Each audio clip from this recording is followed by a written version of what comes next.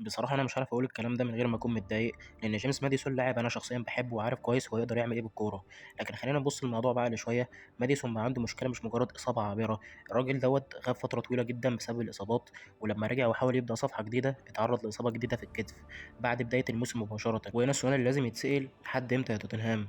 يعني لحد إمتى يا توتنهام هتستنى؟ أنا مش باقول إن ماديسون لاعب وحش بالعكس تمامًا، لما يكون جاهز هو لاعب عنده جودة، رؤية وتمريرات ممكن تغير شكل الماتش. لكن كرة القدم في الآخر مش مبنية على اسم اللاعب بس، أنت محتاج لاعب تقدر تعتمد عليه طول الموسم، مش كل شوية تبدأ تبني عليه وبعدين الإصابة توقف كل حاجة. وتوتنهام السنة دي تحديدا محتاج استقرار خصوصا بعد الموسم الصعب اللي فات ومع التغييرات الكبيرة اللي حصلت في الفريق.